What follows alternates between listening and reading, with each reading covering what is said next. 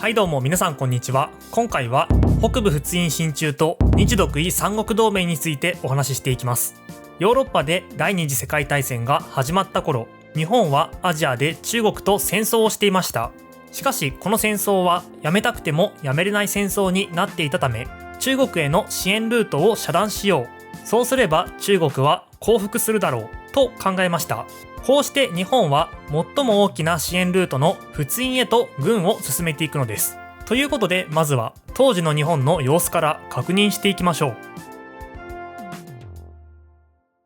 国内で近衛新体制運動が盛り上がっている頃、日本はドイツ、イタリア、さらにはソ連との関係を強化して南方への進出を行い、大東亜新秩序を建設するという方針を決めていました。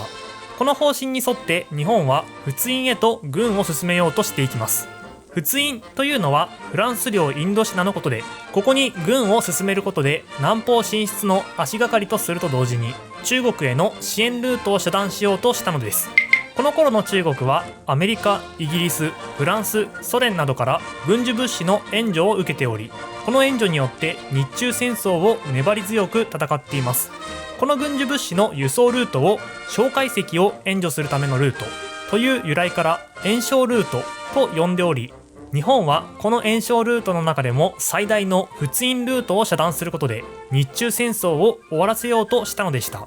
そのような考えから日本は仏印に対して援蒋ルートを閉鎖しろ、日本軍を駐留させろと要求します。当時の仏印総督はジョルジュ・カトルーという人物で、彼は独断で日本の要求の受け入れを決定しました。こうなるとフランス政府は独断で行動したカトルーを許してはおけません。ついにカトルーを解任し、ジャン・デクーという人物を後任とします。ところがカトルーはこの命令を無視して仏印総督としての職務を続けたため、仏印総督が2人いるような状態となってしまうのです。しかしそのような事情はフランス側の事情です。日本からすると関係ありません。日本軍の駐留が認められた。日本軍を派遣して援蒋ルートを閉鎖させよう。そう考えた日本は西原一作を団長とする国境監視団を仏印に送り込みます。こうして日本は仏印と中国の間の国境の監視を開始。西原は仏印総督との間で細かい部分の話し合いを始めていきます。ところが先ほども言った通り、この頃の仏印総督は2人いるような状態です。当然現地での交渉はうまくいきません。そのため現地での交渉は諦めて中央での交渉に移されました。こうして日本の外務大臣である松岡洋介とフランス駐日大使のアルセーヌ・アンリとの間で協定が締結されることになったのです。この協定により日本は仏印の主権はフランスが持っていると認める代わりに、そこにある飛行場を使用することができるようになりました。このように日本とフランスは両国ともに平和的な話し合いによって事態を進めようとしていたのです。この頃には仏印総督が2人いる問題も解消され、デクーがその職を引き継いでおり、細かい内容は現地での話し合いに任されます。ということで日本は決まった協定に基づいて細かい部分を決めていこうという考えのもと、再び現地で交渉を始めようとしたのですが、デクー総督はこの交渉に消極的で、いろいろと理由をつけて交渉を引き延ばしていきました。これに起こったのが現地に派遣されていた富永教授です。フランスの対応には誠意がない。このまま話し合いを続けていても仏印進駐は実現されない。武力による進駐を行うべきだ。そう主張するようになったのです。こうして富永はデクーに対してもはや交渉の余地はないと言い、強硬な態度を示したところ、さすがのデクーもついに折れて現地交渉が始まりました。この交渉でフランス側は仏印に進駐する兵力を5000人、進駐する飛行場を3カ所にすると提案。これは日本側の希望よりも少ない数でしたが、富永と西原は一旦このフランス案を受け入れることにします。ところが富永はその後、やっぱり兵力5000人と飛行場3カ所は少なすぎると考えて、兵力2万5000人と飛行場5カ所に増やせと主張。仏印側もこれには驚きます。とはいえこれを断れば日本が仏印に攻めてくる可能性もあるため、下手なことは言えません。飛行場を5カ所に増やすことは受け入れてもいいと譲歩した上で、しかし2万5千人の進駐は断固として拒否すると主張しました。これを聞いた西原はフランス側からの譲歩を勝ち取った。これで話をまとめようと考えて陸軍中央に協定内容を報告。陸軍中央もこの条件で話をまとめることを許可しました。しかしこれに納得していない人物がいました。富永教授です。彼は兵力2万5千人の要求が拒否されたことに怒っており、この条件ではダメだ。やはり話し合いでの進駐は不可能だ。武力によって進駐すると決断し、ついに独断で武力進駐を決行しました。これは明らかな命令違反です。平穏に進めることもできた仏印への進駐は、こうして富永の独断により武力進駐となってしまいます。当然仏印にいたフランスの国境守備隊も反撃を行いましたが、デクー総督は日本軍と戦ってはいけない。戦えば仏印を根こそぎ取られてしまうと指令。こうしてフランス軍は沈黙し、北部仏印は日本軍によって占領されてしまいました。このような状況を見て平和的な進駐を行おうとしていた西原は、統率乱れて秦を内外に失うと陸軍中央に打電。軍の命令系統が乱れたことによって国際的な信用を失ったと失望しました。このような経緯で武力進駐となった北部仏印進駐ですが、その原因を作った富永教授が日本に帰国すると、その独断による越権行為を理由に富永は作戦部長をクビにされます。その後任となったのは田中真一。ちなみにこの頃の陸軍省のトップである陸軍大臣は東条英機、参謀本部のトップである参謀総長は寛永宮琴仁親王ですが、東条英機は長く中央を離れていたため独自の構想を持っておらず、武藤や田中が考えた政策に最終判断を下す立場であり、寛永宮琴仁親王は皇族ということもあって実務にはあまり関与していません。しかもこのタイミングで参謀総長を退任し、後任には杉山一が就任しました。こうして以後陸軍は実務レベルのトップである武藤明と田中真一によって引っ張られていくようになります。さて、この北部仏印進駐が終了した次の日、日本、ドイツ、イタリアの間で同盟が結ばれています。日独伊三国同盟です。今回政府は世界歴史の一大転換期に際し、賢くも天皇陛下の広大無辺なる生死を仰ぎ立てまつり、ドイツおよびイタリー三国条約を締結し、世界恒久の平和と進歩とのため強力邁進するに決したのであります。なぜこの同盟が結ばれることになったのか、少し時間を戻して見ていきましょう。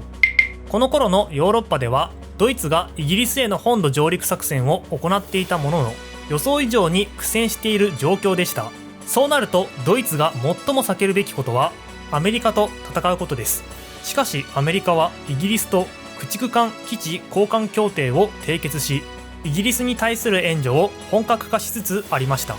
これはまずい。アメリカの参戦を阻止しなければ。そう考えたドイツはイギリス、アメリカに対抗して日本との協力を考えるようになります。こうしてドイツから日本に送り込まれたのがスターマーです。当然彼の任務は日本とドイツとの間で軍事同盟を締結することでした。もちろんこれは日本にとってもメリットがあることです。もともと日本はドイツ、イタリアとの提携を強化することを考えていたし、ドイツと仲良くしていればソ連との間を取り持ってもらえます。ということで当時の外務大臣である松岡洋右は喜んでドイツとの関係強化のためスターマーと話を進めていきました。ところがこの軍事同盟には問題がありました。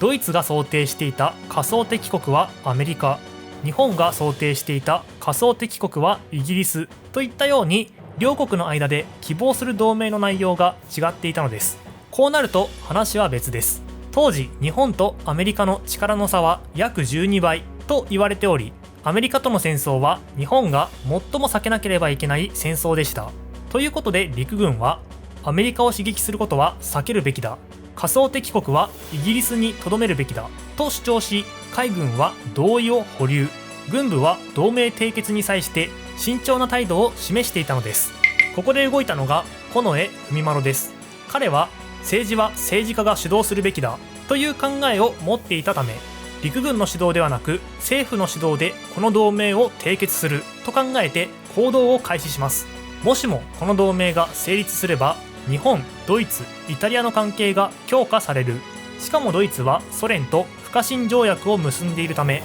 ドイツを仲介してソ連とも条約を結べるだろう。そうすればさすがのアメリカも日本との戦争は避けるはずだ。そのように考えたのです。しかも全て日本の思い通りの同盟が結べるわけがない。ある程度はドイツの要求を受け入れなければならないということは軍部も理解していました。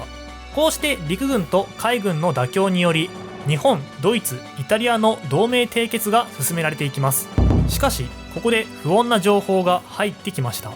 イギリスの頑強な抵抗により、ドイツがイギリス本土上陸作戦の延期を決定したという情報が入ってきたのです。こうなると話が変わってきます。日本の考えは、ヨーロッパでドイツがイギリスを倒したら東アジアのイギリス領も弱体化するだろうから、そのタイミングで攻め込もうという考えでした。それなのにドイツがイギリス本土上陸作戦を延期したため、東アジアのイギリス領が弱体化することはありません。このような状況の変化を見て海軍は、状況が変わった、今イギリス領を攻撃したらアメリカとも戦争になる、